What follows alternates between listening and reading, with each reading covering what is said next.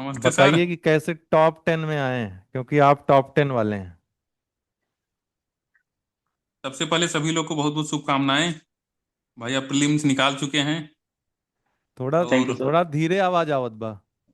धीरे आ रही है। हाँ, थोड़ा तेज। रुकिए, मैं अपने मेन मोबाइल से जुड़ जा रहा हूँ, इसमें कुछ आवाज आ इशू रही है लग आप रहा है। लोगों को प्रॉपर? आ रही है। मेरी आवाज़ आ कैसी रही आ है। रही है? विवेक विवेक जी की आवाज आ रही है? आ रही है सर। आ रही आ रही आ रही आ प्रॉपर। रही है। ठीक है। ठीक है, तो परीक्षा का जो एक महत्वपूर्ण चरण है प्रीलिम्स, उसे आप लोगों ने पास कर लिया है। लेकिन अब मेंस की चिंता इसमें सब लोग के सर पे होगी। कितने दिन अब समय बचा है सर मेंस में? मार्च में ही है ना? हाँ, 29 29। मार्च से है। 28 दिन बचा हुआ है सभी के पास। तो सभी के लिए आवाज आ रही नहीं क्लियर? फिर तो बोलना शुरू किया जाए। एकदम एकदम क्लियर आ रही है। आ रही है आवाज में सर, कोई बहुत अच्छा। आवाज में कोई दिक्कत नहीं है ना? ना ना। तो यार अब आप लोग के पास केवल मान लीजिए 20 दिन बचे हुए हैं। ठीक। और इस बार ये भी इशू आ रहा है क्या कि सेंटर आप लोग का दूर भेज दिया गया है? पहले ये होता नहीं, था कि इलाहाबाद वाले इलाहाबाद में देते थे। ऐसा है ना कि इलाहाबाद या लखनऊ में ही सेंटर है इस बार। दो अच्छा बार सर। से यही हो रहा है, अब तीसरा सेंटर नहीं दे रहे हैं। गाजियाबाद पहले देते थे, अब नहीं दे। हम्म। आप लोग भी आ जाइए, आप लोग दिख नहीं रहे हैं, अच्छा नहीं लग रहा है सब लोग। मैक्सिमम लोग जो है वीडियो में आ जाइए। नहीं, शादी विवाह में अगर खाना पीना हो रहा हो तो फिर बात अलग है। तो इलाहाबाद वालों का सेंटर कहाँ गया है, लखनऊ में? हाँ, इलाहाबाद वाले मैक्सिमम लखनऊ आएंगे, लखनऊ जो जिनका पता होगा मैक्सिमम इलाहाबाद जाएंगे, लेकिन बाकी सब जगहों का सब ऑटोमेटिक होगा। हम्म। हाँ। तो तो सभी लोग यार 20 दिन में ये काम करिए। अब सुनिए, बता देता हूँ हाँ, जो मुझे उचित लग रहा है। आप लोग नोट भी हालांकि जो कर लें। चीजें मैं बता रहा हूँ सर, कि हमारी एग्जाम से पहले से बात होती रहती थी, तो हम लोग, आप लोग का भी सर से मित्रवत संबंधी होगा। तो जो चीजें मैं आपको बताऊंगा सर द्वारा मुझे बताई गई, और वही चीजें मैं आज आपको बता रहा हूँ। तो बस अंतर ये है कि मैं सेलेक्ट होकर के थोड़ा सा बता रहा हूँ, तो हो सकता है उसका दूसरा प्रभाव रहे। बाकी ये सारी चीजें आप लोग को भी पता है। जितने लोग हमारे साथ जुड़े हैं, इतने टॉपर्स का वीडियो देखते हैं आप लोग यूट्यूब पे, तो सारी चीजें सबको नोन है। तो अभी अंतिम 20 दिनों के लिए आप लोग ये कर लीजिए कि हर एक पेपर का, GS 1 2 3 4 ऑप्शनल 1 2, हर एक पेपर का 50 पन्ने में समराइज कर लीजिए। 4 दिन का इस बार लगातार मेंस रहेगा मैराथन का, 1 2 3 4। तो हालत खराब हो जाएगी किताबें पलटने में। तो अपने कंटेंट को इस समय सारे लोग समराइज कर लीजिए। GS 1 आपका मतलब 50 पन्ने में उसको निपटा दीजिए। निपटा दीजिए मतलब कि जो भी आप पढ़े हैं उसको समराइज कर लीजिए। इतना वो रहे कि जो परीक्षा में 2 घंटे का गैप रहता है, 3 घंटे का, जैसे GS 1 और GS 2 के बीच कितने घंटे का गैप इस समय है?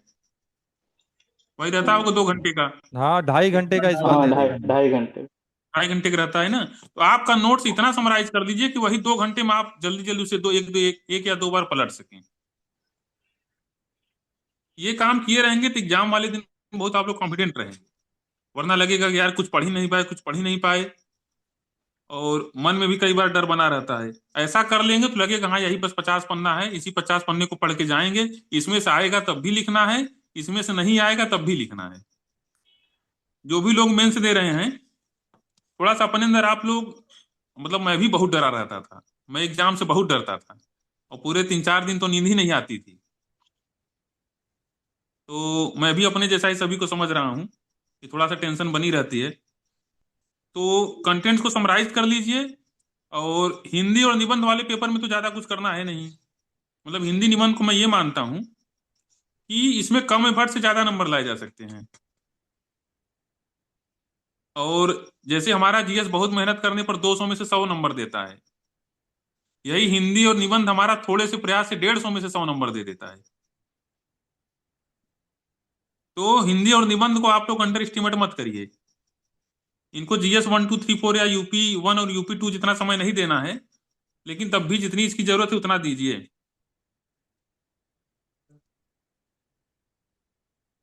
आप लोग नोट करते जाइए। वैसे विवेक जी, हम आपको एक चीज बता दें, इन लोगों को हमने सिनॉप्सिस दे रखी है। इसीलिए दे सर। रखी है कि एग्जाम टाइम में ये सब अपना जो है उसके जितने भी टेक्निकल पॉइंट्स हैं वो सब हम्म। देख लें।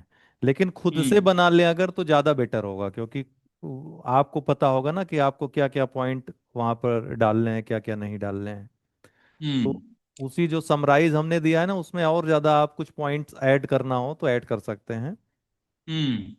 हमने टॉपिक वाइज इनको दे रखा है जैसे समरी पहला में। पेपर आपका हिंदी है, तो उसमें आप लोग ये कर लीजिए कि हिंदी में जैसे पांच छह जो कोर टॉपिक्स थे, जैसे विलोम हो गया, विलोम था कि नहीं था याद नहीं है, और है। वाक्यांश के लिए एक शब्द था, वाक्यांश के लिए शब्द था, और क्या था? हम्म। उपसर्ग ग्रामर प्रत्यय, में शब्द शुद्धि है, वाक्य शुद्धि है, वचन शुद्धि है, उपसर्ग प्रत्यय। उपसर्ग प्रत्यय है। तो कई लोग नालंदा से पढ़ रहे होंगे या जिसमें किताबों से पढ़ रहे होंगे, तो उसमें से वो पार्ट अलग कर लीजिए फाड़ के। मतलब मैं तो यही किया था। इनको दे जैसे इतनी रखा है, मोटी हमने सी पूरा किताब है, मटेरियल दे रखा है। आपने मटेरियल दे रखा है, तो हाँ हाँ मटेरियल में हाँ। आप लोग ये कर लीजिएगा कि जैसे एक तरफ लिखा है वाक्यांश के लिए एक शब्द, जो आदमी 2 दिन में ये काम कर सके उसको क्या बोलते हैं, तो उसको एक तरफ हाथ रख करके एक बार पढ़ लीजिए, जिसको मतलब समझ रखने में क्या बता रहा हूँ।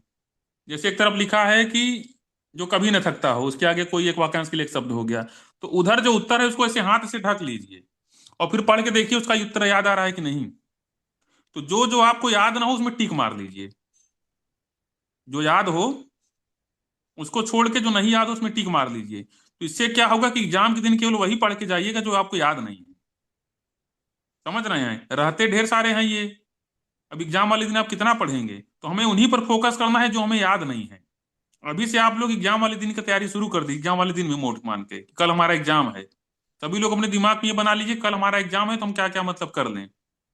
उसी तरीके से विलोम वगैरह ये है, एक तरफ से ऐसे हाथ से ढक लीजिए किसी कागज से और पढ़ते चले जाए एक तरफ से, जिसका विलोम न याद आ रहा हो तुरंत, तो उसको भी आप निशान बना लीजिए, कलम से टिक मार लीजिए।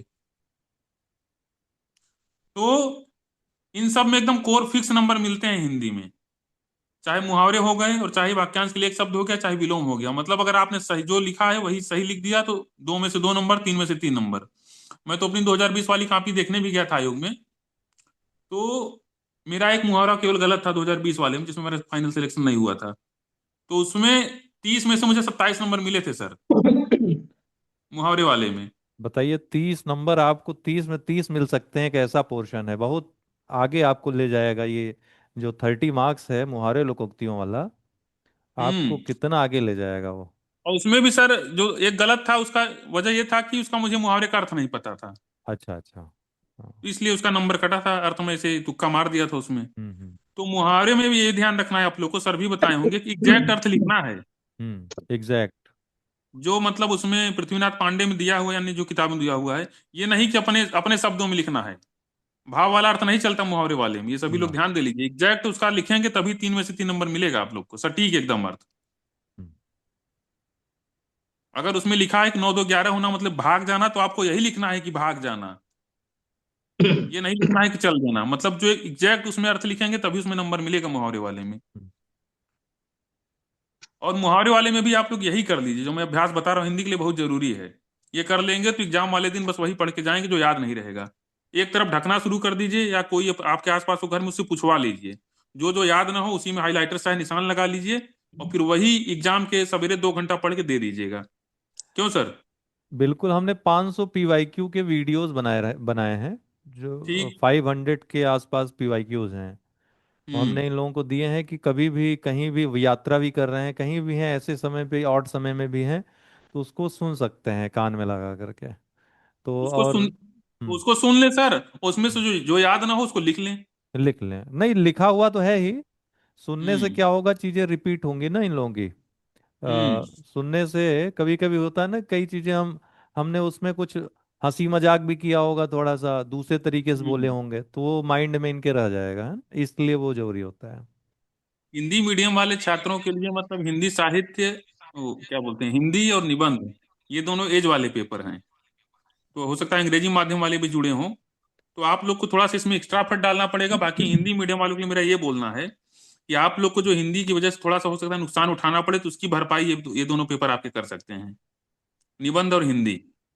निबंध में इन लोगों को बताइए कुछ पॉइंट्स जो ध्यान देने हैं निबंध निबंध में लेखन तो में। सर मुझे जो ये समझ में आ रहा है कि जो हमारे हिंदी मीडियम वाले छात्र हैं, उनको 2 4 10 अच्छे निबंध रख लें, अच्छे अच्छे लोगों के। हम्म। जैसे आप लोग को कोई निबंध वाला ग्रुप होगा, तो उसमें जो बच्चा अच्छा निबंध लिखता होगा, क्यों सर, आप लोग हाँ काफियां जांचते होंगे। बिल्कुल एक दो बिल्कुल। निबंध आपको ऐसे लगते होंगे ना कि बिल्कुल एकदम सटीक निबंध लिखा है, मॉडल निबंध लग रहा है। हाँ लेकिन हम चुन कर देंगे तो सब वही रट लेंगे, तो अपने से हम्म। चुनाव करें ना ये सब। हम्म। उस ग्रुप में जो आंसर राइटिंग वाला ग्रुप है उसमें जो ऐसे लिखा गया है, हम्म। उसमें आप अपने चुनाव करें। और अभी जो लोग मेंस क्वालिफाई किए हैं हमारे 2024 वाले ग्रुप से, उनके हम्म। ऐसे हैं तो वो भी ये लोग देख सकते हैं। तो जो उसमें आप लोग ये कर सकते हैं, जैसे निबंध में 9 या 10 टॉपिक रहते हैं ना सर। पहला रहता है साहित्य वाला, इस तरीके से रहता है। फिर दूसरा एक प्राकृतिक आपदा वाला भी कोई रहता है। मैंने एक बताया, राजनीतिक वाला कोई रहता है। 5 से 6 निबंध ऐसे हैं जो आते ही आते हैं, जैसे साहित्य हो गया, संस्कृति हो हम्म। गया, एग्रीकल्चर हो गया, आपदा हो गया, पर्यावरण जलवायु परिवर्तन हो गया। ये महिला सशक्तिकरण कभी आता है कभी नहीं, तो ये ऐसे टॉपिक हैं जो आते ही आते हैं, हर बार ये रिपीट निबंध होते हैं। निबंध के लिए भी जानते हैं आप लोग, यही कर लीजिए कि 10-20 पन्ना है, A4 साइज का सीट उठा लीजिए। उसी में टॉपिक बना लीजिए कि पहला टॉपिक है साहित्य। तो साहित्य में जो आपके अच्छे निबंध लिखे हैं, उनमें से अच्छी अच्छी चीजें लिख लीजिए। अगर कुछ कविताएं या कोट हैं वो नोट कर लीजिए। किसी ने बहुत अच्छे तरीके से शुरुआत की हो वो लिख सकते हैं, कि हिटलर की कहानी बता करके निबंध को स्टार्ट किया जा सकता है साहित्य वाला।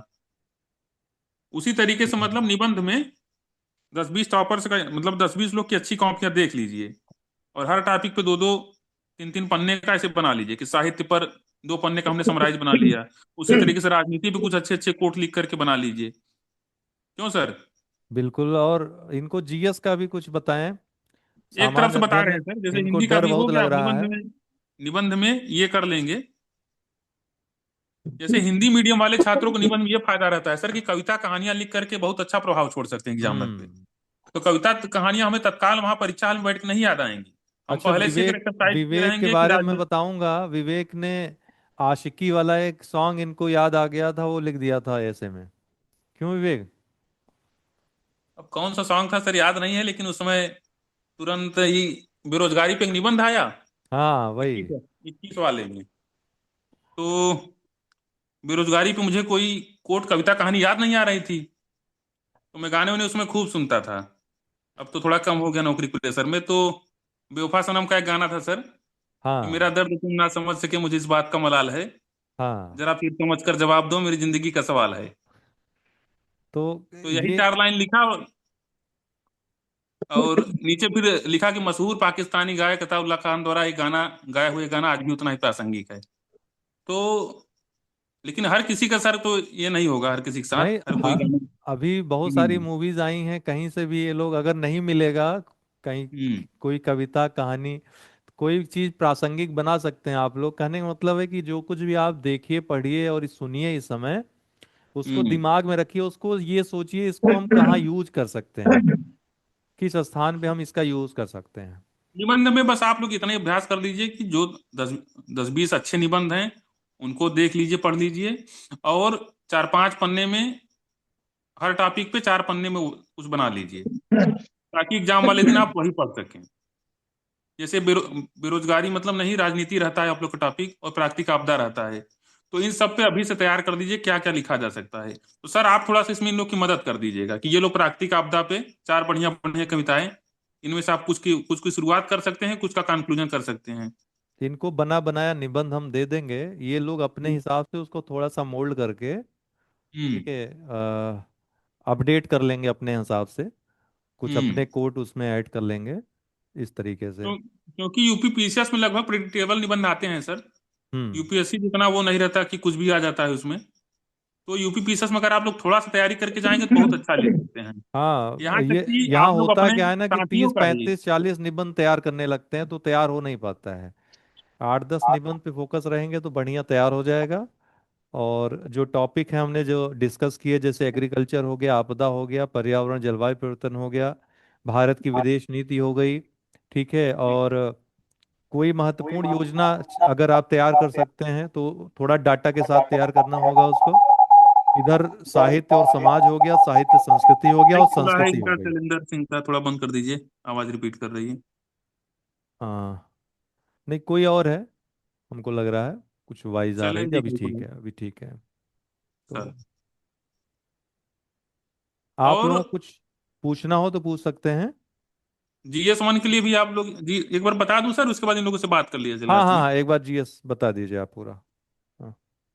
GS1, GS2, GS2 और GS3 इतने में आप लोग सेम स्ट्रेटजी चलेगी कि सिलेबस में जितना पॉइंट्स लिखा है एक तरफ से, हर एक टॉपिक पे आप एक पन्ने का अपना नोट्स बना लीजिए। और जैसे GS1 में आता है हमारा वर्ड हिस्ट्री, तो वर्ड हिस्ट्री को भी 8-10 पन्ने में आप निपटा लीजिए, चाहे कहीं का वीडियो देख लीजिए, कुछ कुछ समरी बना के वही निपटा लीजिए।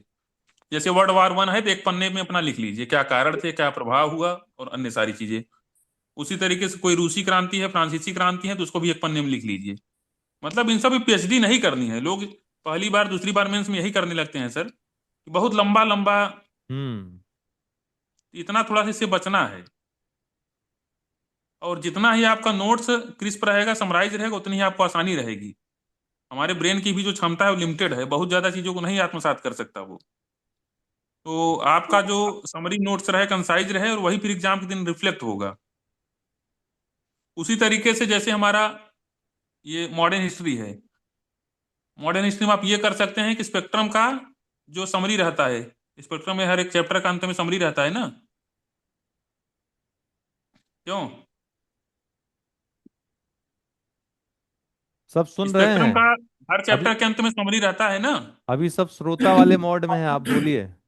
अच्छा, तो हम लास्ट समझ के लिए, रिवीजन के लिए ये कर सकते हैं सर कि स्पेक्ट्रम के जैसे हर चैप्टर के अंदर में जो समरी रहती है एक हम्म। पन्ने की, उसी समरी का PDF बना लें कैम हम्म। स्कैनर या किसी ऐप से। तो एग्जाम वाले दिन हम पूरी स्पेक्ट्रम तो पलट नहीं पाएंगे देखने के लिए, हम्म। तो हम क्या कर सकते हैं कि वही स्पेक्ट्रम का जो PDF बनाए रहेंगे समरी, वही पढ़ लेंगे। इससे हमारा हो जाएगा। बाकी जो मैं बता रहा हूँ GS1 2 3 में आप लोग यही करिए कि हर एक टॉपिक का 1-2 पन्ने का अपना नोट्स बना लीजिए अधिकतम, जितना लिखा है सिलेबस में। सिलेबस का एक एक पॉइंट कवर हो जाए। मैंने 2020 में मेंस दिया था, लेकिन मैं पूरा सिलेबस कवर के नहीं करके गया था। एक उसमें प्रश्न आया था, हायर डिफेंस ऑर्गेनाइजेशन ऐसे करके सिलेबस में टॉपिक है ना GS3 में। तो कई बार सिलेबस से डायरेक्ट प्रश्न आ जाते हैं और हमारे पास उसका उत्तर ही नहीं रहता। हम 4 महीने 5 महीने से तैयारी कर रहे हैं, लेकिन हमको पता ही नहीं कि क्या है।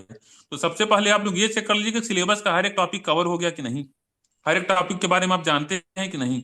और जितना सिलेबस में लिखा हुआ हर एक टॉपिक पे आपके पास कम से कम 1-1.5 पन्ने 2 पन्ने का नोट्स होना चाहिए। कई बार डायरेक्ट उठा कर दे देता है, लेकिन हम लिखने की अवस्था में ही नहीं रहते। इसीलिए हमने तो इनको कभी सिनॉप्सिस पूरे सिलेबस का दे रखा, मतलब टॉपिक वाइज हमने सिनॉप्सिस दे रखा है, कि कोई भी ऐसा ना हो कि कोई भी पॉइंट ये बेसिक वाला मिस कर दें, जहां डायरेक्ट हम्म अगर मान लो कि सिलेबस से उठाकर क्वेश्चन बना दिया, हम्म तो इनके पास पॉइंट रहे उसके, क्योंकि वो अब जैसे नोट्स में नहीं रहते बायोटेक्नोलॉजी, हैं। नैनो टेक्नोलॉजी, इन पर प्रश्न आना ही आना है किसी न हाँ, किसी पे। तो इन पर भाई आपके पास 1 पन्ने का नोट्स तैयार रहेगा, तो वही आप पढ़ेंगे एग्जाम वाले दिन, और वही जाके लिख कर चले आएंगे। बिल्कुल। और अगर आप प्रिपेयर्ड नहीं रहेंगे तो 2 पॉइंट्स आपको याद आएंगे, 2 पॉइंट्स आपको नहीं याद आएंगे। और कई बार जो प्रश्न सिलेबस से में डायरेक्ट आते हैं एग्जाम में, और आप अगर वो तैयार करके गए हैं, तो वो प्रश्न आपका समय बचाते हैं। हम्म। समझे? जैसे बायोटेक्नोलॉजी हमको रटा रटाया है, तो अगर 12 नंबर का प्रश्न था, हमको 7 मिनट 8 मिनट में लिखना था, तो हो सकता है कि अगर हम एकदम रटे हों तो वो 1 मिनट हमारा बचाएगा। और जो हमारा समय बचेगा, जिन प्रश्नों के बारे में हमें कम आइडिया है या हम वहां सोच के लिख रहे हैं, वो जो बचा हुआ समय है उनमें मदद करेगा। जो प्रश्न हमारा, जिस प्रश्न का उत्तर हमें रटा रटाया है, एकदम तैयार है, वो हम जल्दी लिख सकते हैं। और जिन प्रश्नों के बारे में थोड़ा सा आइडिया कम, उनमें सोचना है तो उनमें समय लगता है। तो जितना ही प्रश्नों को रटे रटाए रहेंगे, उनका समय बचेगा, क्योंकि 3 घंटे का ही समय रहता है, पेपर पूरा करने में हालत खराब होने लगती है।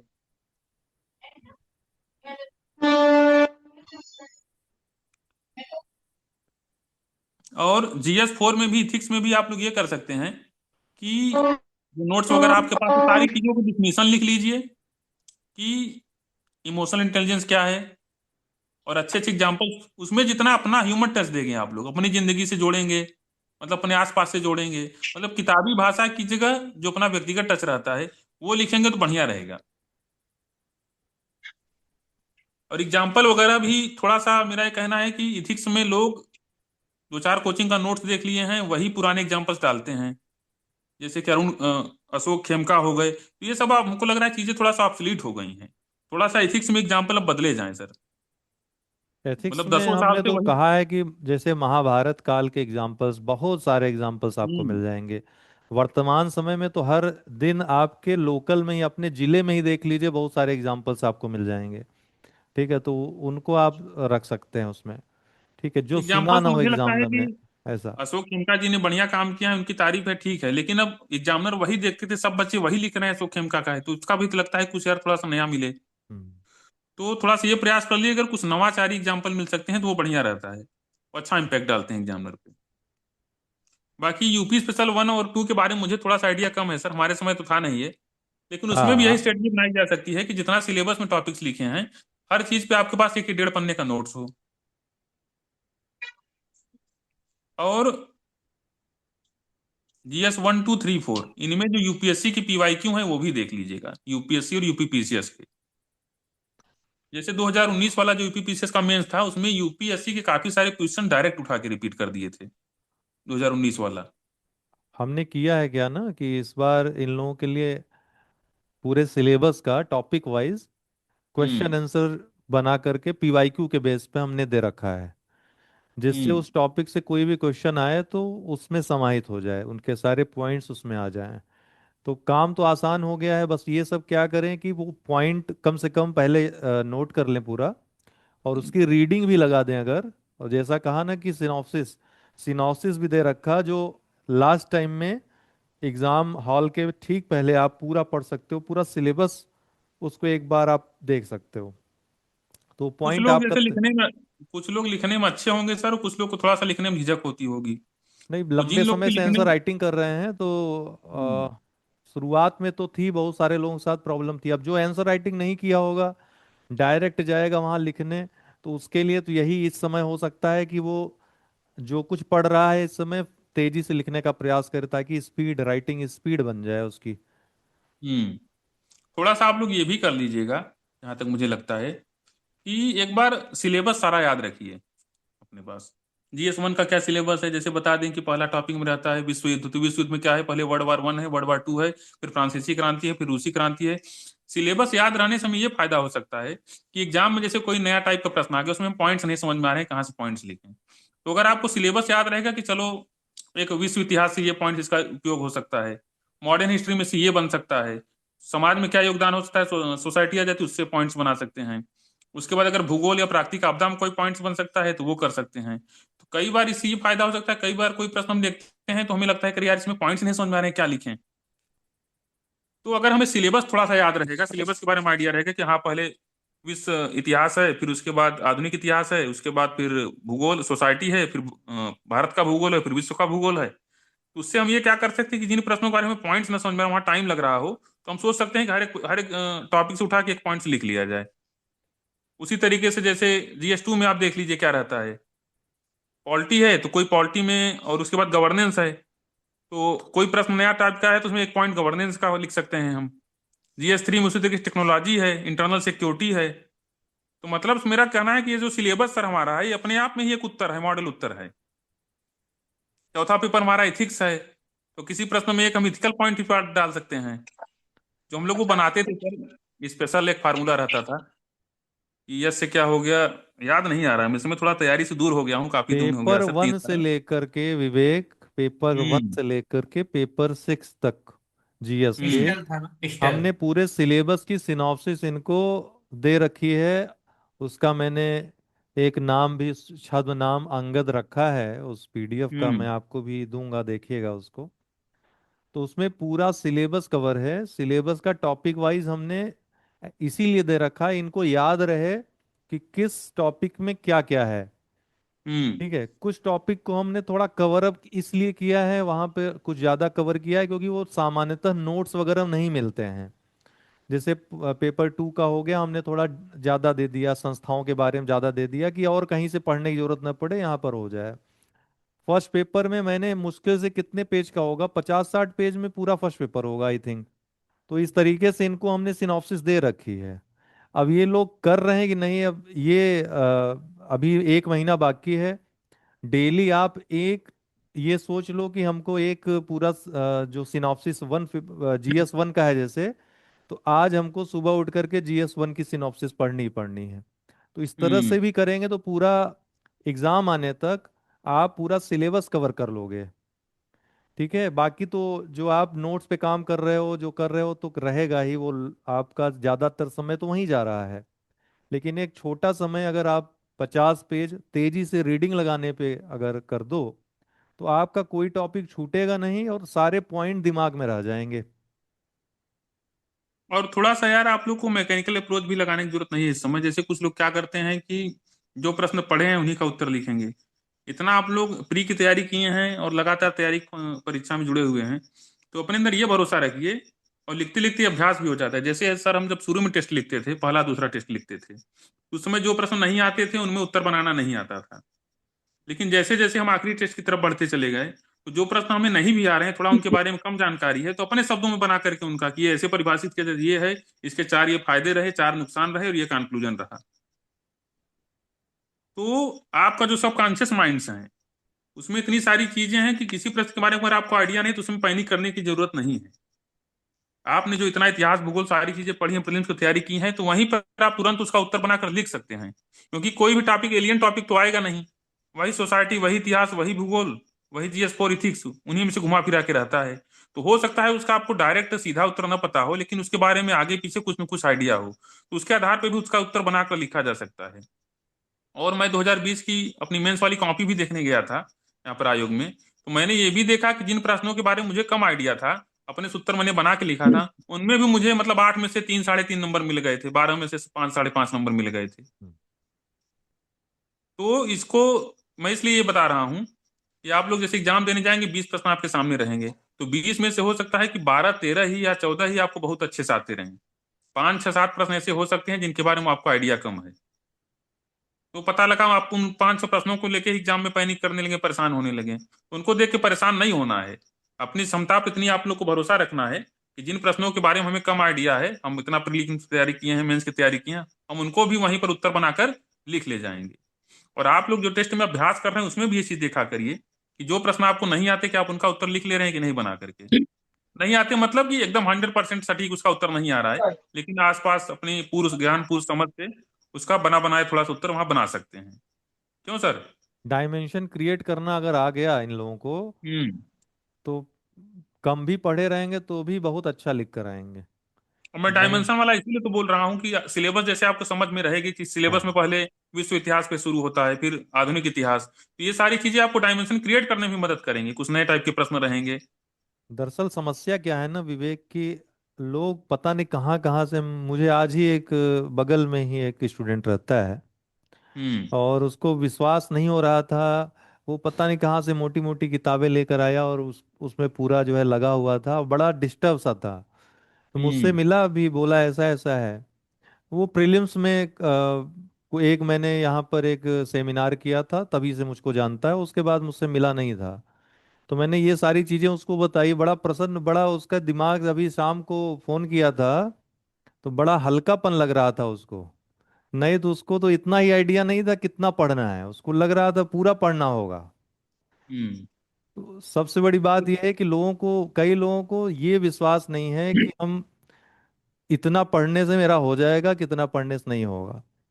आप टॉपिक को अगर जानते हैं और डायमेंशनल आप लिखना जानते हो, डायमेंशंस में आप उसको तोड़ सकते हो, आप कम पढ़ करके भी सबसे अच्छा लिख सकते हो। उस व्यक्ति से अच्छा लिख सकते हो जिसने सब कुछ पढ़ा हुआ है, लेकिन वहां पर वो डायमेंशंस नहीं ढूंढ पा रहा है, उसको पॉइंट्स नहीं याद आ रहे हैं एग्जैक्टली उसको लिखना क्या है। ठीक है। तो ये आपको, इसीलिए हमने कहा ना, शॉर्ट चीज है लेकिन उस पर आपको ज्यादा काम करना है। कम है लेकिन काम ज्यादा करना है, रिवाइज ज्यादा करना है। ठीक है। और जैसा कि विवेक जी ने कहा है कि उसको आप लोग, जो सिनॉप्सिस भी है ना, उसको भी अपनी नोट्स अगर आप लोग बना लो ना, वहां पे कुछ अगर आपको ऐड ऑन करना है तो वहीं पर ऐड कर लो, ताकि सिनॉप्सिस आप छोड़ो, पतली पतली एक किताब हो गई आपकी, है ना, एकदम नॉर्मल, उसको आप एग्जाम जब आपका है, 4 दिन बचा हुआ है, तो आप सिर्फ उसी को पढ़ो। तो 1 1.5 घंटे में, इवन जो गैप रहेगा ना दो पेपर के बीच में, उसमें भी आप उसको रिवाइज कर सकते हो। नहीं तो अगर जितना ज्यादा कंटेंट रहेगा, आप समझिए डिप्रेशन में रहेंगे एग्जाम टाइम में, क्योंकि कुछ पढ़ नहीं पाएंगे। समय इतनी तेजी से भागता है उस समय, और थका हारा आपका दिमाग भी रहेगा, और थका हारा आपका जो है हाथ भी रहे, हाथ भी नहीं चलेगा ना दिमाग काम करेगा।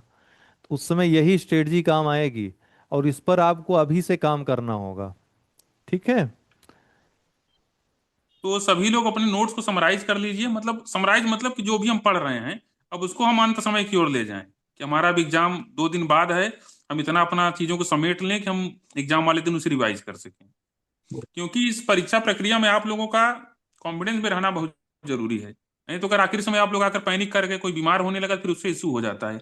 मेंस मतलब हमारा 4 दिन का मैराथन है, एक दिन का एग्जाम नहीं, वनडे एग्जाम नहीं है। तो आप लोगों को 4 दिन लड़ना पड़ेगा।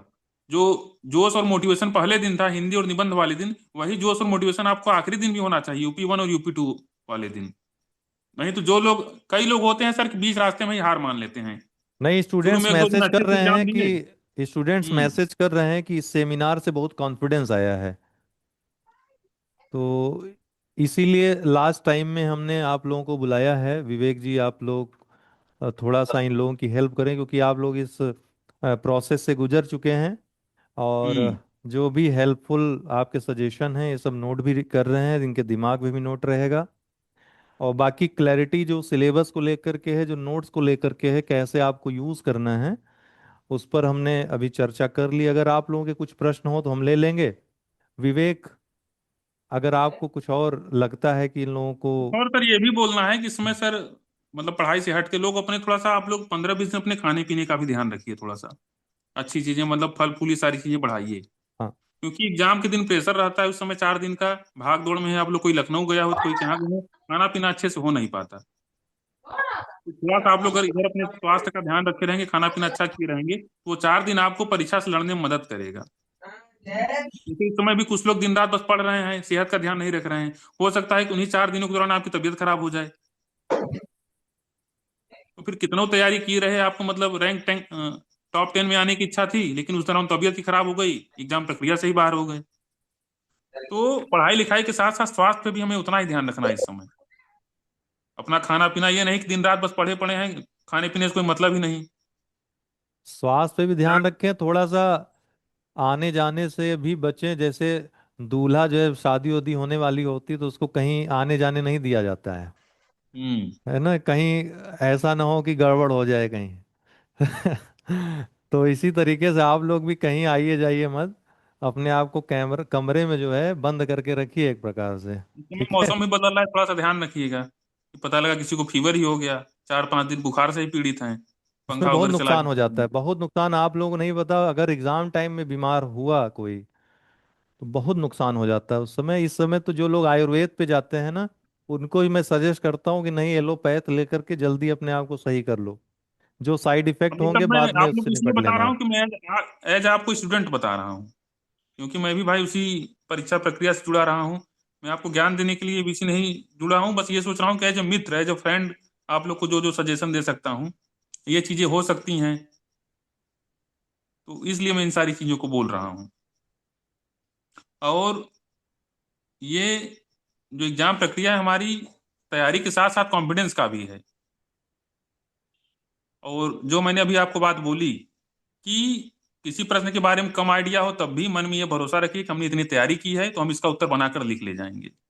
और आप वही जोश रखिएगा जो आपका पहले दिन था, वही चौथे दिन भी होना चाहिए। इस क्या नाम है ये, यूपी 1 और यूपी 2 वाले दिन। अब मैं आपको अपना 2020 वाला बता रहा हूँ कि 2020 वाला, अपनी थोड़ी सी कहानी बताऊंगा तो उससे आप लोग समझ में आएगा। 2020 में मैंने प्रीलिम्स दिया और मेरा माइनस काट के आ रहा था, लगभग 82-83 आ रहा था। तो मुझे लगा मेरा प्रीलिम्स नहीं होगा, क्योंकि उसमें यूपी पीसीएस की जो प्रीलिम्स की कट ऑफ जाती थी 88 प्रश्न से लेकर के 90 प्रश्न तक कट ऑफ जाती थी। तो आप लोग को सर पता होगा कि 2020 वाली जो कट ऑफ थी हमारी लोअर गई थी। हम्म। 82 प्रश्न में लगभग 113-114 नंबर शायद इतनी गई थी। हम्म। उसके बाद प्रीलिम्स का रिजल्ट आया तो मैं तो अपना ऑप्शनल की कोचिंग वोचिंग एक जगह शुरू कर दिया था। मुझे उम्मीद थी नहीं कि मेरा प्रीलिम्स हो जाएगा, तो मैंने कहा कि अगली बार प्री से पहले मैं अपना ऑप्शनल तैयार कर लेता हूँ 21 वाले। तो मैं अपनी ऑप्शनल की कोचिंग वोचिंग भी एक जगह ज्वाइन कर लिया। अब 40 दिन बाद लगभग प्रीलिम्स का रिजल्ट आया, तो मेरा मौसी का लड़का विकास है, वही चेक किया, मेरा प्रीलिम्स हो गया था। तो मैं करूं क्या, ना मेरा ऑप्शनल तैयार है, ना मेरा GS 1 2 3 4 तैयार है, क्या करूं, 60 दिन का मेरे पास समय बचा था। तो सबसे पहले मैंने अपना ऑप्शनल तैयार किया था। उसके बाद मैंने हिंदी पढ़ा था। GS 1 2 3 4 की मेरी तैयारी बिल्कुल नहीं थी, ना मेरे पास नोट्स थे उनके, ना मैंने आंसर राइटिंग कुछ की थी। और मेंस के समय थोड़ा सा मेरी तबीयत भी खराब हो गई थी। तो उसका भी असर पड़ा। तो जी, हिंदी में मेरे 103 नंबर आए थे, हिंदी मैंने अच्छे से तैयार किया था। निबंध मेरा थोड़ा सा कमजोर रह गया था। जीएस में मैंने बिल्कुल आंसर राइटिंग नहीं की थी, तो चारों जीएस मिला के मेरा 329 नंबर था। लेकिन मेरा जो उस समय ऑप्शनल पेपर था भूगोल, वो बहुत अच्छा तैयार था, और उसको मैंने बहुत बढ़िया लिख के आया था। उसमें भूगोल में मेरे 2020 वाले में 237 नंबर आए थे। ये उस समय के हिसाब से ऑप्शनल बहुत अच्छा नंबर सर माना जाता था। हम्म। तो जब मेरी तैयारी नहीं थी सर, मैंने पहले दिन दिया हिंदी और निबंध का पेपर, वो दे लिया। दूसरे दिन सर मैंने जीएस 1 2 का पेपर दिया, वो भी दे रहा था, तबीयत भी मेरी थोड़ी सी डाउन थी। तीसरे दिन मैंने किसी तरह से जीएस 3 और जीएस 4 का पेपर दे दिया। अब बचा ऑप्शनल का पेपर। अब मैं अंदर से इतना डरा हुआ था सर सिलेबस देख करके, मैंने कोई प्रैक्टिस नहीं की थी, और अंदर अंदर मेरे दिमाग में प्रेशर बन गया था। हम्म। तो मेरे दिमाग में ये चल रहा था कि मैं पेपर ही ना दूं, ऑप्शनल 1 और ऑप्शनल 2 का भूगोल का। लेकिन मम्मी पापा लोग साथ थे, और यहाँ तक कि जिस दिन ऑप्शनल का पेपर था उस दिन सवेरे मुझे उल्टी भी हो रही थी, मेरी थोड़ी तबीयत डाउन थी। तो मैं हम्म। उस पेपर को स्किप करने के चक्कर में था कि मैं इसकी परीक्षा न दूं। लेकिन मम्मी पापा लोग कहे कि नहीं चलो दे दो, जब इतना दे दो तो ये भी दे दो। और देखिए कि आप उसी ऑप्शनल की वजह से, उसमें मुझे 237 नंबर मिले थे, उसी ऑप्शनल की वजह से मुझे 2020 में इंटरव्यू कॉल आई। मैंने पहली बार इंटरव्यू दिया। हालांकि मेरा फाइनल सिलेक्शन नहीं हो पाया था। जब 2020 की फिर मैंने मार्कशीट देखी, तो मैंने देखा कि यार जिस पेपर को मैं छोड़ने वाला था ऑप्शनल, उसी में मुझे सबसे ज्यादा अच्छे नंबर मिले। तो भूगो ये मतलब आप लोग को 4 दिन की प्रक्रिया में ये बनाए रखना है कि अपने आप को अंडर एस्टिमेट नहीं करना है कि अरे यार अब डर लग रहा है, छोड़ दें क्या, बीच में ही छोड़ दें। हाँ, हो सकता हो है कि सकता है कि जिस पेपर, हाँ, जिस पेपर को छोड़ना चाह रहे हैं उसी में सर्वाधिक नंबर आ जाएं। हम्म, तो पहले दिन से आखिरी दिन तक आप लोग मोटिवेटेड रहना है। जो पेपर निकल गया उसे भूल जाना है। जीएस 1 जीएस 2 दे चुके, भूल जाइए। जीएस 3 जीएस 4 सामने है, तो उसको पूरी ऊर्जा के साथ दीजिए। कुछ लोग के साथ ही होता है, करे यार इस साल तैयारी कम कर पाए, चलो 3 पेपर दे दिए, छोड़ देते हैं। छोड़ना नहीं है, उसी पूरी ताकत से, पूरी समझबूझ से वहीं 3 घंटे बैठ के मन लगा के लिखना है सारे पेपर। हो सकता है कि इस बार हो जाए आपका, इस बार नहीं होता तो अगली बार के लिए सीख रहेगी।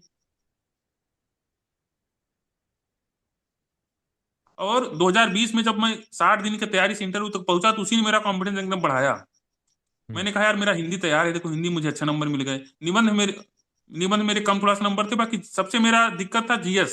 जीएस 1 2 3 4 बिल्कुल आंसर राइटिंग की नहीं थी। हम्म। 400 में चारों पेपर मिला के 329 नंबर थे। इसका अलावा एवरेज निकालेंगे कितना हुआ, 7 चौ 28 8 चौ 32, 80 नंबर प्रति जीएस आया था। तो मुझे अपनी कमजोरी पता लग गई थी कि बस मुझे अगले साल के लिए यही चारों जीएस में अच्छे से कर लूंगा, और मेरा ऑप्शनल हिंदी जितना नंबर है उतना ही नंबर है, तो मेरा सिलेक्शन हो जाएगा। अगले साल मैंने अच्छे से तैयारी की, चारों जीएस का नोट्स बनाया, सबको समराइज किया और टेस्ट देकर गया। तो अगले साल मेरा 2021 वाले में इन्हीं चारों जीएस में 102 नंबर बढ़ा था। 2020 वाले में चारों मिलाकर 329 नंबर था, और 2021 वाले में जिसमें मेरा फाइनल सिलेक्शन हुआ उसमें 431 नंबर था। तो यही चारों जीएस मैंने सुधार के दिया था, मेरा इससे फाइनल सिलेक्शन हो गया था। बहुत अच्छे अंक थे आपके, विवेक। एक हम्म। एक लोग पूछ रहे हैं कि हिंदी में ऐसे लिखने में ज्यादा मार्क्स मिलते हैं क्या? ऐसा नहीं है। मुझे लगता है कि ऐसा नहीं है। हालांकि जहां तक मुझे याद है विवेक, आपने हिंदी में ही लिखा था ना ऐसे तो? 2020 और 21 में सर इंग्लिश में लिखा था। अच्छा। 21 में जिसमें मेरा फाइनल सिलेक्शन उसमें इंग्लिश में लिखा था। ओके। और 22 में मैंने हिंदी में लिखा था। 22 हाँ, का तो भी मैंने एग्जाम ऐसा दिया कुछ था। होता नहीं है, ये एक पूर्वाग्रह है बस, है ना? अपनी भाषा की स्ट्रेंथ आप पहचान लीजिए थोड़ा सा। हाँ। अगर आपकी हिंदी भाषा पे बहुत पकड़ अच्छी है तो, और हिंदी में निबंध लिख सकते हैं तो लिखिए, मैं ये कहूंगा। लेकिन अभी तक आप अंग्रेजी में सारी तैयारी किए, आज अब एग्जाम के 20 दिन पहले आप प्लान बना रहे हैं कि अब मुझे हिंदी में लिखना है, तो ये फिर ठीक नहीं है। घातक है ये, घातक। अंत समय मतलब कोई निर्णय मत लीजिए, जो आपको करना है क्लैरिटी रखिए दिमाग में। आप लोग तो अपना सर अब अनम्यूट आप लोग कुछ पूछिए, मैं उनका अनम्यूट कर जवाब देता सकते हैं। हूँ। हम्म। हमको जो जो समझ में आया थोड़ा सा बताया आप लोगों को। अनम्यूट कर सकते हैं आप लोग, अगर कुछ पूछना है तो। वाइज। और तैयारी से भी सर अब 2 3 साल हो गया दूर हुए, तो चीजें थोड़ा सा दूर हो गई हैं।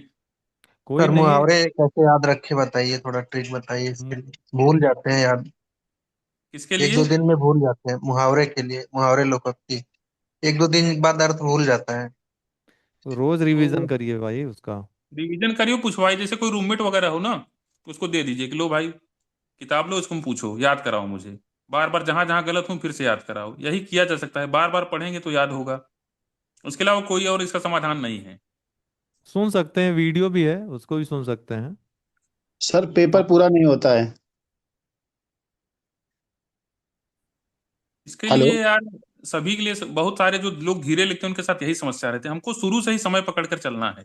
सर अभी मैं अभी लिखता हूँ, 24 भी लिखे था, अभी लिखे मतलब कंप्लीट नहीं होता, क्वेश्चन छूट जाते हैं। तो क्वेश्चन छूटने की वजह क्या है आपकी, मतलब हैंड राइटिंग स्पीड थोड़ा सा कमजोर पड़ रही है।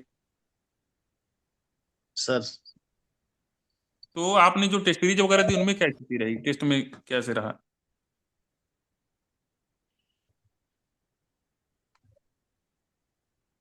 टेस्ट वगैरह में मतलब कैसा अनुभव रहा जो टेस्ट वगैरह दे रहे हैं, नहीं उनमें हो कुछ पा रहा सुधार सर, हुआ? टेस्ट में भी नहीं हो पा रहा सर। तो थोड़ा सा अतिरिक्त प्रयास करना पड़ेगा सर इसके लिए। नहीं, इसके लिए एक रास्ता ये भी है ना कि कुछ चीजों को ये हम्म। पॉइंट में ही लिखें, बहुत ज्यादा उसको लेंदी ना करें। भूमिका हम्म। जो है, जैसे इंट्रो है, वो कम में 2-3 लाइन में कंप्लीट कर लें। फिर ये बांट लें, जो आंसर के जितने टुकड़ों में उनको आंसर लिखना है, उन टुकड़ों हम्म। में ज्यादा ना लिखें, क्योंकि इनके क्वेश्चन छूट रहे हैं, ये तो घातक है ना। इससे बढ़िया है कि ये सारे प्रश्न अटेम्प्ट करें। ऐसा करने का मैं आप लोग प्रयास को एक करेंगे बता तो रहा हूँ मिलेगा। तरीका, कि जैसे मुझे डायग्राम वगैरह बनाने में मजा आती थी, डायग्राम से नंबर भी मिलता है और डायग्राम हमारा समय भी बचाता है। Yes sir. तो मैं ये करता था, जैसे कि विश्व इतिहास का कोई, अगर विश्व भूगोल का कोई प्रश्न आ गया, वर्ड क्या बोलते हैं, ये सब सब दिमाग से निकल गया, याद करने में थोड़ा समय लग रहा है। क्या बोलते हैं ये, GS2 में जैसे IR का कोई प्रश्न आ गया, रूस और इनका युद्ध, तो उनमें डायग्राम मैं जरूर बनाता था। डायग्राम बनाने से ये फायदा रहता था, पन्ना थोड़ा सा भर जाता था और मुझे लिखने की कम जरूरत पड़ती थी। आप लोग भी जैसे कुछ डायग्राम, कुछ फ्लो चार्ट पहले से सोच सकते हैं कि अगर बायोटेक्नोलॉजी आएगी तो उसमें मैं ये चित्र बना दूंगा, और पहले से प्रश्नों में सोच के चलिए, किस प्रश्न में मैं इंडिया का मैप बना सकता हूँ, किस प्रश्न में मैं वर्ल्ड का मैप बना सकता हूँ, किस प्रश्न में मैं यूपी का मैप बना सकता हूँ। तो इससे भी यस। सर थोड़ी सी जगह जगह भी हमारा भर जाता है, हमारा थोड़ा सा लिखने वाला कंटेंट कम हो जाता है। अगर आप इंडिया का मैप, वर्ल्ड का मैप थोड़ा सा तेजी से बनाने की प्रैक्टिस किए हैं, कि जल्दी जल्दी से खींच दिए और यस सर। उसमें जो दर्शानी दर्शा दिए, तो वो भी आपका समय बचा सकता है थोड़ा सा, ओके सर। और आपकी कॉपी भी भरी हुई लगेगी और आपको थोड़ा सा कंटेंट लिखना कम पड़ेगा।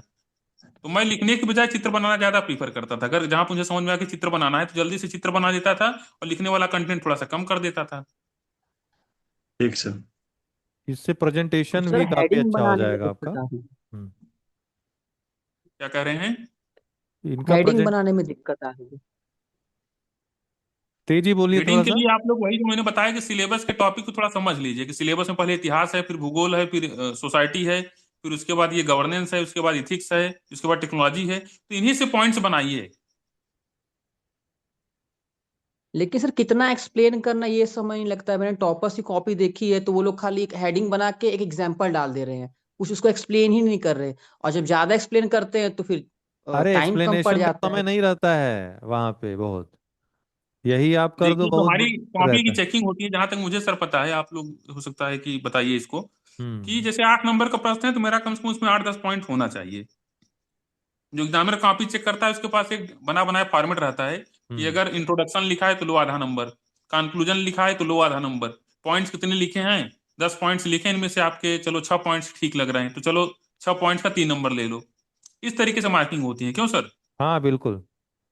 इसी तरह से होती है ना सर? बिल्कुल इसी तरह होती है। तो उसी तो हिसाब सर से देखिए, अगर 12 नंबर हेडिंग का प्रश्न है तो उसमें 10 के ऊपर पॉइंट्स होने चाहिए कम से कम हमारे। हम्म। तो सर हेडिंग और सब हेडिंग बनाना अच्छा रहेगा कि एक हेडिंग के डॉट डॉट लगा के 2-3 पॉइंट लिख दिया जाए एक हेडिंग के अंदर। दोनों तरीके किए जा सकते हैं, वो प्रश्न की डिमांड के अनुसार समझिए, मतलब वो प्रश्न के हिसाब से ही वहां समझा जा सकता है। कई बार एक ही हेडिंग के अंदर 4-5, जैसे किसी प्रश्न का पूछ रहे हैं सामाजिक आर्थिक इसका प्रभाव बताइए, तो सामाजिक प्रभाव डाल दिए, उसमें 4-5 पॉइंट लिख दिए, फिर नंबर 2 पे लिख दिया आर्थिक प्रभाव, उसमें 4-5 पॉइंट्स लिख दिए। एक चीज ध्यान रखना कि रिपीटेंस ना हो, एक पॉइंट लिख दिया तो उसी पॉइंट दोबारा कहीं ना लिखो, है ना, कि भरने के लिए हम लिख दे रहे हैं, बदल के थोड़ा सा। तो सर खाली हेडिंग डाल के और एग्जाम्पल से काम चल जाएगा कि थोड़ा एक्सप्लेन भी करे, हल्का सा एक्सप्लेन। यस, में हमको लग रहा है जैसे एक्सप्लेन पूछ करने का ऑप्शन नहीं रहता। एक्सप्लेन करने अगर की आवश्यकता ही नहीं है, आपने लिख दिया, अगर उदाहरण आपको दे दिया, पॉइंट एक्सप्लेन हो गया वो। एक्सप्लेन अगर के आपको चक्कर में पॉइंट तो न समझ में छूटता आ है। रहा हो तभी ये रास्ता अपनाइए। अगर आपको पॉइंट्स पता है भाई कि इस प्रश्न में मैं 10 पॉइंट लिख सकता हूँ, पॉइंट्स लिखिए, क्या करना है, पॉइंट से ही आपको नंबर मिलेंगे। यस सर, पॉइंट से ही पेपर पूरा होगा। जी। यस। आप एक्सप्लेन करने जाएंगे तो लिख चुके फिर। हाँ सर, उसी में चला जाता है टाइम। Yes sir. और पॉइंट्स हमारा सर पन्ना भरने में भी मदद करता है। आप पैराग्राफ लिखेंगे तो उसमें आपका ज्यादा ऊर्जा व्यय होगी, ऊर्जा ज्यादा व्यय समय लगेगा। होगी प्लस। पॉइंट में से तीर बना बना के मतलब 1 पॉइंट, पॉइंट 2, पॉइंट 3, उससे सर हमारा जल्दी पन्ना भरता है पॉइंट से। Yes sir. और सर एक डाउट ये है कि मैंने देखा है कई टॉपर्स की नोट वो गोला बनाते हैं, तीर बनाते हैं, क्या वैसा लिखना अच्छा रहेगा कि नॉर्मल सिंपल जैसे कि गोला बुलेट्स तीर पॉइंट में आपको लिख दिया मैंने, फिर पा रहा हेडिंग हूँ बनाई, फिर बुलेट्स किस पॉइंट में तरह लिख की दिया। गोला। सर्कल बना देते हैं, उसके बाद तीर निकाल के लिखते हैं, कई लोग कुछ कुछ और बना के लिखते हैं, डिजाइनिंग करते हैं बहुत ज्यादा। ओवर डिजाइनिंग नहीं होनी चाहिए, मेरा ये कहना है। और किसी बगल वाले आदमी को दिखा लीजिए। कई बार होता है कि हम संतुलन, अपनी कामयाबी का मूल्यांकन थोड़ा संतुलन उतनी अच्छे से रहे। नहीं कर पाते। आप लोग आंसर राइटिंग कर रहे थे ना, तो उसमें क्या रिमार्क मिल रहे थे आप देख लीजिए एक बार ना। और यूपी पीसीएस की या यूपीएससी की किसी ने तैयारी करने वाले को थोड़ा सा दिखा लीजिए कि देखो यार मेरी काफी अच्छी लग नहीं रही कि नहीं, नहीं। इनका इनकी जो कॉपी चेक कर रही थी मैडम, वो ऑलरेडी यूपीएससी इंटरव्यू 3 बार दे चुकी हैं। हम्म। और विजय जी भी वो सेलेक्टेड भी हैं पीसीएस में। बहुत नौकरी अच्छा छोड़ चेक करके करा। इस समय बिजनेस कर रहे हैं, वो भी कॉपी चेक कर रहे थे इन लोगों की, यूपीएससी देते हैं अभी वो। सर तो वो लोग रिमार्क दे सर रहे ये होंगे इन पूछना सबको था, लगातार क्या इन कॉपी चेक। चीजों का प्रभाव पड़ता है? क्या इन सब यस चीजों का सर। प्रभाव पड़ता है तीर बना के लिखने पे, या फिर अगर हम सिंपल हेडिंग बना के 4 पॉइंट लिख दें, फिर अगला हेडिंग बना के 4 पॉइंट, क्या वो काफी नहीं है? ठीक है, कोई दिक्कत नहीं उससे। सिंपल हेडिंग बनाकर लिखिए और बाकी जहां पर आप लोग को डायग्राम अगर कुछ समझ रहा डायग्राम बना दीजिए। आप नंबर करके भी लिख सकते हैं, 1 2 3 4, इस तरीके से पॉइंट्स लिख सकते हो, ठीक है ना। सर निबंध को पॉइंट्स में लिखा जाए या पैराग्राफ मोड में? ना निबंध ना, पॉइंट्स में बिल्कुल खराब ही ना लिखिए। निबंध से निबंध मतलब को निबंध की तरह लिखिए आप लोग। कोई बहुत फैक्चुअल चीज आ रही है तो उसमें पॉइंट डाले जा सकते हैं। जैसे एक बार एसडीजी का निबंध आया था तो मैंने उसमें 17वें एसडीजी का तीर बनाकर मतलब बीच में एक पन्ने में कर दिया था 17वें के बारे में। बाकी पूरा चीज पैरा में ही होना चाहिए। निबंध वो मतलब अपने एज पर दिल की बात नीड। जैसे कोई लिखता है, कोई कहानी, कोई स्टोरी टाइप का, उस तरीके का रहना चाहिए। पैरा बाय पैरा चलना चाहिए। निबंध में क्या तो सर यार थोड़ा सा निबंध में समय भी रहता है आप लोग के पास। खुद के जीएस जितना कोटेशंस लिख टाइम सकते क्राइसिस। हैं? क्या करें। खुद के कोटेशंस, जैसे कुछ दिमाग में आ जाए, कोई खुद की लाइंस बना के लिख सकते हैं? अगर आपको पढ़ने में लग रहा है कि अच्छा लग रहा है तो बिल्कुल लिखिए। और नवाचार तो यार निबंध में प्रोत्साहित किया जाता है। अगर आप कुछ अपने से बनाकर लिख रहे हैं और ठीक ठाक है, उसका थोड़ा सा एक लेवल रहे तो बढ़िया नंबर मिलेंगे, उससे रिवार्ड ही करेगा वो आपको।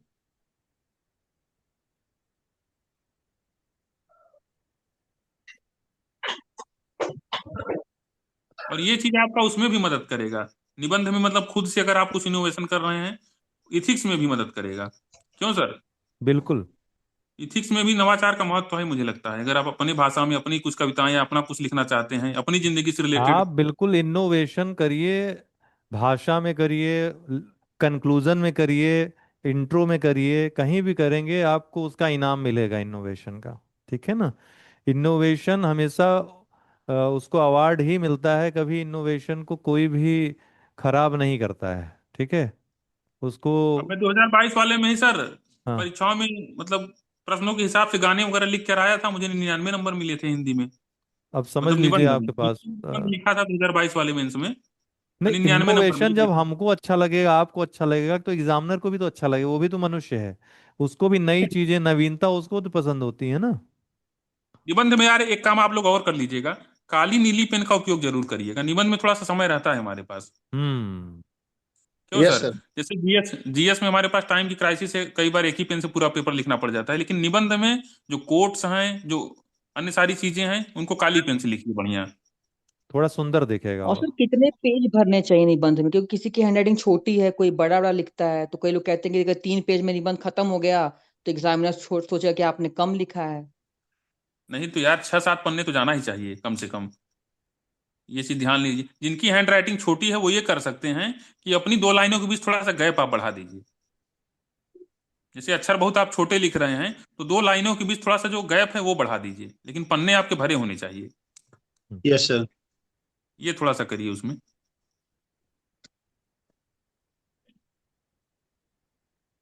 गैप रखिए, वही सबसे बढ़िया विकल्प है, बहुत अच्छा है। जिसकी अगर राइटिंग अगर बहुत छोटा छोटा लिखता है वो, तो गैप रखे, दो पैरा के अगर मध्य। 8 पन्ने दिए हैं तो कम से कम 7 पन्ने तक तो पहुंचिए, 6 पन्ने तक तो पहुंचिए। अगर आप उतना तीन ही सा। 4 पन्ने में खत्म कर देंगे तो फिर वो अच्छा नहीं माना जाएगा।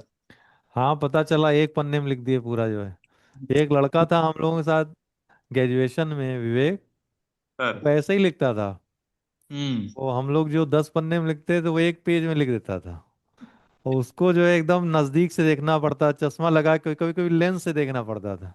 अरे तो ऐसे भी लोग हैं। तो ये ना करिए आप लोग, जो है थोड़ा सा संसाधनों का प्रयोग करिए पूरा। अगर खाली छोड़ देंगे वो पेज जो है खाली रह जाएगा, माना जाएगा कि संसाधन मिले हैं लेकिन आपने इनका जो है सदुपयोग नहीं किया है। एग्जामिनर को सर हमें कष्ट भी नहीं देना है। अगर हाँ, एग्जामिनर को, मतलब कई लोग भी बताते हैं कि एग्जामिनर को कष्ट देंगे तो हमें कष्ट देगा नंबर देने में। सीधी सी यस सर। बात है। एग्जामिनर को कॉपी पढ़ के ये लगे कि लड़का बढ़िया फ्लोइंग में लिखा है, क्रिया कॉपी पढ़ के अच्छा प्रतिक्रिया लग का रहा है, नियम जो है लागू और होगा। ज्ञान वाली बातें भी लिखा है, बकवास नहीं लिख दिया है। ठीक सर है। ये जीएस जीएस के हम्म, क्वेश्चन में सर पूरा पेज भरा होना चाहिए या आधा पेज छोड़ भी सकते हैं सर? इसमें सर यस। जीएस के क्वेश्चन में सर जैसे 2 पन्ने में लिखना है तो पूरा 2 भरा होना चाहिए या 1.5 पन्ने में लिखेंगे तो ठीक रहेगा सर? यार अपनी अपनी स्पीड है, अगर आप 2 पन्ने पूरा कर ले जा रहे हैं तो अच्छी बात है। अगर आपको बहुत दिक्कत हो रही है तो 8 नंबर वाले में जैसे 2 पन्ने रहते हैं, तो पहला पन्ना पूरा रहे, दूसरे पन्ने में आधे से ज्यादा नीचे तक जाए। उसी हाँ सर, तरीके से 12 नंबर में 3 पन्ने हमारे पास रहते हैं, तो पहला पन्ना भरिए 12 नंबर वाले में, दूसरा पन्ना भरिए और तीसरे में आधा से लगभग पहुंच जाए। पन्ना भरने के चक्कर में हो जाता है टाइम खत्म। नहीं, टाइम देखिए पकड़ के चलना है। यस अगर सर। हमें निर्धारित है कि पहले आधे घंटे में हमें 8 नंबर वाले 4 प्रश्न करने हैं तो हमें वो 4 प्रश्न करने हैं। एक यस प्रश्न सर। को अगर हमने 6 मिनट टाइम दिया है तो 6 मिनट में आप चाहे 1.5 पन्ना लिख पाए या 2 पन्ना, हाँ लेकिन टाइम को पकड़ के ही चलिए, नहीं तो लास्ट में आपके 3 4 प्रश्न आराम से छूट जाएंगे, दिक्कत हो जाएगी। सर, वही होता है। हाँ।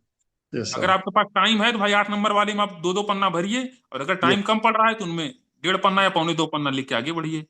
ठीक सर, ठीक। लेकिन टाइम को एकदम पकड़ के चलना है, अभी से स्ट्रेटजी बना लीजिए जैसे मैंने ये किया था। आप हाँ लोग को बता रहा हूँ कि पहले आधे घंटे में 8 नंबर वाले 4 प्रश्न करता था। सर। ठीक। सर। जैसे अच्छा तो ये रहता कि पहले 12 नंबर वाले 10 प्रश्न कर लेता, लेकिन फिर लास्ट में अगर 8 नंबर वाले उठाते तो एग्जामिनर कॉपी जांचना शुरू करता है 1 नंबर प्रश्न से। यस शुरू में सर। 8 ही नंबर वाले रहते हैं, तो मैं हाँ। सोचता था कि पहले वाले शुरू के 4 प्रश्नों में इंप्रेशन अच्छा रहे, इसलिए पहले आधे घंटे में वो 8 नंबर वाले 4 प्रश्न करता था। फिर ठीक अपना 2 घंटा जो है पूरा इनको समय देता था, 12 नंबर वाले 10 प्रश्नों को। सर। अच्छा। आखिरी का जो आधा अच्छा सर, घंटा बचता क्या था उसमें जो आठ क्या नंबर वाले एक ही मेरे 6 प्रश्न एग्जामिनर बचे पूरी हैं कॉपी चेक उनको मैं करता है? करता था। Yes sir. क्या एक ही एग्जामिनर पूरी कॉपी चेक करता है? क्या कर रहे हैं? क्या एक ही एग्जामिनर पूरी कॉपी चेक करता है, सारे क्वेश्चंस?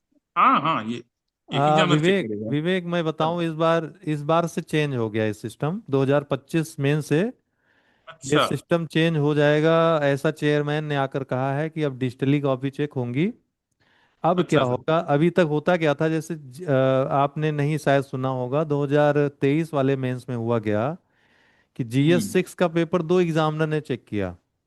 हम्म। एक ने एवरेज दे दिए 90 मार्क्स, हम्म। और दूसरे ने एवरेज मार्क्स दिए 45। तो बहुत अच्छा। लंबा गैप हो गया, बहुत ज़्यादा गैप हो गया। तो हम्म। ये बहुत शिकायत पहुंची, आयोग वाले भी कई लोग दिए थे एग्जाम, शिकायत किए। तो इस बार से नया सिस्टम ये लागू कर दिए हैं कि हम्म। एक प्रश्न एक ही एग्जामिनर चेक करेगा। अच्छा। हाँ, अब क्वेश्चन वाइज आ जाएगा, क्वेश्चन आया और उनके आंसर हम्म। आ जाएंगे, डिजिटली ही वो चेक करेगा, डिजिटली ही नंबर चढ़ाएगा। और एक प्रश्न एक ही एग्जामिनर चेक करेगा, चाहे जितने दिन में करे। अच्छा, तो मतलब कॉपी जांचने की प्रक्रिया में काफी परिवर्तन आ गया सर। काफी परिवर्तन आ गया है। जैसे जियोग्राफी का टीचर अभी तक पूरी कॉपी GS1 की जांच देता था, जिसको इतिहास नहीं पता है वो भी इतिहास जांचता था। और हम्म। जैसे हिस्ट्री का टीचर है, वो भी GS1 की कॉपी जो मिली उसमें पूरा वही जांचता था, अभी तक ये होता था। तो जो कुछ हम्म। पता है, जो कुछ अपने उसके आधार पे वो करता था। और ये आपको भी पता है कि हर कोई मॉडल आंसर देखेगा नहीं, इतना समय नहीं रहता, अपना जो है उस हिसाब से जा। अभी क्या है कि जो विषय विशेषज्ञ है वो अपने ही विषय की केवल कॉपी चेक करेगा। अब रही बात एथिक्स की, तो एथिक्स में क्या ये सब लागू किए हैं, एथिक्स में ये लोग बुलाया है इन्होंने, विशेषकर जो यूपीएससी वाले कॉपी चेक करने वाले एथिक्स के हैं एग्जामिनर्स, हम्म। जो अभी पैनल में नहीं है यूपीएससी वाले में, उनको इन लोगों ने बुला लिया है। तो ये पूरा तैयारी चेयरमैन खुद आकर के बता रहे थे, जो इंटरव्यू देने गए हैं लड़के उनको। तो आमूल चूल परिवर्तन इस बार होने वाला है, इसलिए आप लोग जो लिखेंगे नंबर मिलेगा, ध्यान रखिएगा निश्चित रूप से। तो मतलब पहले जैसे ये होता था कि थोड़ा कम पढ़ के सरसरी नजर से कॉपी चेक करते हुए चले गए, तो इस बार ये चीजें नहीं होंगी, हो सकता है होंगी लेकिन कम होंगी। उतना नहीं सर रहेगा। कम होंगी। मतलब बात ये कि थोड़ा जो फेंकने का प्रयास ज्यादा करते थे एकदम, इतिहास पूछा है तो भूगोल लिख कर चले आए हैं, उस पे भी कभी हम्म। कभी नंबर चढ़ जाते थे, कभी कभी, हमेशा नहीं होता था ऐसा। वैसे तो एग्जामिनर हमेशा से कॉपी चेक करते हैं अच्छे से, लेकिन कभी कभी स्पीड में जब चेक करने का दबाव होता है तो वो कुछ भी चेक कर देते हैं। तो अभी क्या होगा, सब्जेक्ट वाला रहेगा तो उसकी नज़र में रहेगा कि हाँ जो पूछा गया है आंसर उसी के बारे में है, तो नंबर वो इस हिसाब से देगा। चलिए, फिर ये भी है कि जिन चीजों पर हमारा नियंत्रण है, जो चीज हम कर सकते हैं अपने से, उन पर फोकस करें। बाकी आयोग क्या और करता है, कैसे कॉपी चेक करा रहा इस है। चीज में सिनॉप्सिस बहुत काम आएगी, क्योंकि आपको टॉपिक के पॉइंट्स पता रहेंगे। आप लोग बिल्कुल उसको हल्के मत लीजिएगा, बहुत बढ़िया चीज आपके पास है, वो उसका यूज करिएगा आप लोग। सारे लोग अभी से मतलब अपने आप को एग्जाम मोड में डालना शुरू कर दीजिए। हम्म। आप ये सोच लीजिए भाई कि मंडे को मेरा एग्जाम है, बस अब मैं 2 दिन में जो कर सकता हूँ वही कर लूँ। एक आप जब हर सब्जेक्ट दिन अपने उठाइए। आप को डेडलाइन देंगे कि 2 दिन बाद मेरा एग्जाम है, तो अपनी आप चीजों को समेटना शुरू करेंगे। अच्छा सर ये बताइए कि अगर हम लोग कॉपी स्कैन होके चेक होगी तो फिर तो कुछ फर्क पड़ जाएगा कि जो आदमी पेन से चेक करता है कॉपी, और जब वो स्कैन हो जाएंगी तो अक्षर की बनावट या स्कैनिंग में कुछ दिक्कत आ गई तो हो सकता अब है वो स्कैन हाँ आज जी, करने पे इससे बहुत नहीं है। इससे बहुत ज्यादा फर्क नहीं पड़ेगा। आयोग खुद भी इन चीजों का ध्यान देगा कि स्कैनिंग अच्छे से हो। जैसे हम ही लोग के यहाँ कुछ लोग टेस्ट सीरीज ऑनलाइन देते हैं, कुछ ऑफलाइन देते हैं। ऑनलाइन लोगों को काफी टैबलेट में चेक कर देते हैं, उसमें कोई दिक्कत थोड़ी ना होती है। कोई समस्या नहीं होगी, आप लोग निश्चिंत उसमें रहिए। कोई दिक्कत नहीं है। बड़ी संस्था है जो एग्जाम कराएगी, कॉपी ओपी चेक करवाने का जो दायित्व दिया गया है वो सोच समझ के दिया गया है। और एक बड़ा परिवर्तन हो रहा है, 2 ढाई 3 महीने का एक्स्ट्रा जो टाइम लग जाता था रिजल्ट आने में, अब 2 3 महीने नहीं लगेंगे रिजल्ट आने में, अब जल्दी रिजल्ट आ जाया करेगा। और मेरा ये भी कहना है आप लोगों से कि जिन चीजों पर हमारा नियंत्रण है, बस हम उन्हीं पे जोर लगाएं, उन्हीं के बारे में सोचें। अब आयोग बिल्कुल। कैसे चेक कराएगा, बिहार वालों से काफी चेक कराएगा कि एमपी वालों से, हम सब ज्यादा उसको लोड मत लीजिए, पेन मत लीजिए। हम अपनी तरफ से जो अच्छा कर सकते हैं, जो जो अच्छा लिख सकते हैं, अच्छे से एक्सप्रेस कर सकते हैं, उस पर ध्यान दीजिए सब लोग। अपने हाथ में है, हम अच्छी तैयारी करें, वही हम लोगों को करना चाहिए। बाकी आयोग का काम है उसको कैसे चेक करवाता है, ठीक है, कॉपी को स्कैन करवाता है कि फड़वा के चेक करवाता है, वो उसकी उसका दायित्व है, वो हाँ, उसी और को जो आयोग है से देगा। मतलब श्रद्धा भी बनाए रखिए। कुछ लोग जैसे ये कहेंगे कि अरे आयोग में सीट बिक जा रही है, इतने में ये हो रहा है, वो हो रहा है, ये भ्रष्टाचार हो रहा है, ये हो रहा है। हम आयोग की अगर एग्जाम वाली पार्ट का हिस्सा है, तो हमें आयोग पे भरोसा रखना होगा बिल्कुल। कि हाँ, जो भी चीजें हैं, लेकिन मुझे अपने शिद्दत से एग्जाम देना है, फिर देखा जाएगा आगे। और सिलेक्शन हो रहा है, बहुत जेन्युइन लोगों का सिलेक्शन हमेशा से हुआ है, विवेक लोग हो गए ये। इसी तरीके से मैं बताऊं विवेक आपकी बात तो, अ, वो आपको याद होगा रिजल्ट के पहले सैंडविच की दुकान पे जब आप आए थे, झूसी तो में। ठीक रिजल्ट के 2 दिन पहले की बात है। हम्म। तो रहता है, एंजाइटी रहती है, दुनिया भर की बातें होती हैं कि ऐसा होगा ऐसा होगा, ऐसा हो रहा है, आयोग ने सीट बेच दी है। हाँ। तो इस तरह की बातें, ये सब फर्जी बातें हैं, बल्कि इस बार तो और पारदर्शिता इंटरव्यू में क्या कर दिया है कि पहले क्या होता था, जो अध्यक्ष होता था ना उसी के पास 100 मार्क्स रहते थे, उसमें नंबर देता था। हम्म। तो उसमें तमाम तरह के एलिगेशन लगते थे कि पैसा वैसा चल रहा है, ये दुनिया भरी चीजें। तो चेयरमैन ने इस बार से 25 25 नंबर सबको दे रखे। 4 मेंबर्स हैं, सबको हम्म। 25 25 अंक दिए हुए हैं, और सब अपना अपना अंक दे रहे हैं, जोड़ करके जो मिलेगा वही फाइनल होगा। तो इस हम्म। बार से तो पारदर्शिता तो बढ़ा ही रहा है आयोग। और इस समय एक और फायदा हुआ है, अगर देखा जाए तो यूपीएससी यूपी पीसीएस ने जो अपने आप को यूपीएससी से थोड़ा अलग किया, तो जेन्युइन यूपी पीसीएस वाले जो लोग हैं, उनको फायदा मिलेगा। नहीं तो पहले क्या होता था, यूपीएससी दे रहे हैं, उसी फ्लो में 4 दिन बाद यूपी पीसीएस का भी एग्जाम है, वही ऑप्शनल है, वही लोग गए लिख कर चले, और ज्यादातर यूपीएससी वालों का ही सिलेक्शन हो जाता था। अब क्या है कि जो थोड़ा सा यूपी पीसीएस वाले डेडिकेटेड लोग हैं, बहुत सारे लोग केवल यूपी पीसीएस देख रहे हैं, तो उनको भी सर फायदा हुआ होगा इससे, ऑप्शनल हटने से। निश्चित निश्चित रूप से, निश्चित रूप से। अब आप लोग पढ़ें, आप लोगों का काफ़ी हमको लगता है कि जो जो डाउट्स आप लोगों ने पूछे थे उन सब पे विवेक जी ने अपना बहुत महत्वपूर्ण जो है समय भी दिया, बहुत महत्वपूर्ण राय भी दी है। इससे ज़्यादा आप लोगों को जानने की आवश्यकता भी नहीं है। इस समय पूरा जोर लगाइए कि आपका कंटेंट तैयार हो। सिनॉप्सिस आप लोग पढ़ते रहिए लगातार। फिर आवश्यकता होगी फिर आप लोगों को जो है आ, हम चाहेंगे विवेक जी आप थोड़ा सा स्ट्रेटजी अगर हो सके एक पन्ने में या एक पेज में बना करके इन लोगों को प्रोवाइड करवा दीजिए तो सर और अब ज़्यादा। मोटा मोटा बता दिया वही करना है सर। हाँ हाँ, बाकी लिखे होंगे मतलब कुछ लोग आपस में शेयर कर अगर लेंगे। कुछ और दिमाग में आए आपके ऐसा तो आप हम्म। एक्स्ट्रा अगर कुछ चीज़ें हैं तो ज़रूर बताइएगा।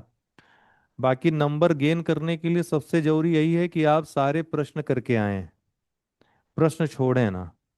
ठीक है, और सिनॉप्सिस के पॉइंट्स कम से कम आपको याद रहें, दिमाग में रहें, ताकि आपको जैसे ही प्रश्न पढ़ो ना किसी टॉपिक का तो आपको पता चल जाए इस टॉपिक का है और इस टॉपिक में ये पॉइंट्स हैं। आप ब्लैंक ना हो एकदम से कि कुछ याद ही नहीं आ रहा है आपको। कई यस बार सर। ऐसा भी होता है एग्जाम में। इसीलिए नहीं आता। सिलेबस को वॉच करना बहुत जरूरी है, जो विवेक जी ने अभी कहा है वो करना बहुत आवश्यक है। तो अभी ओवर करें विवेक जी।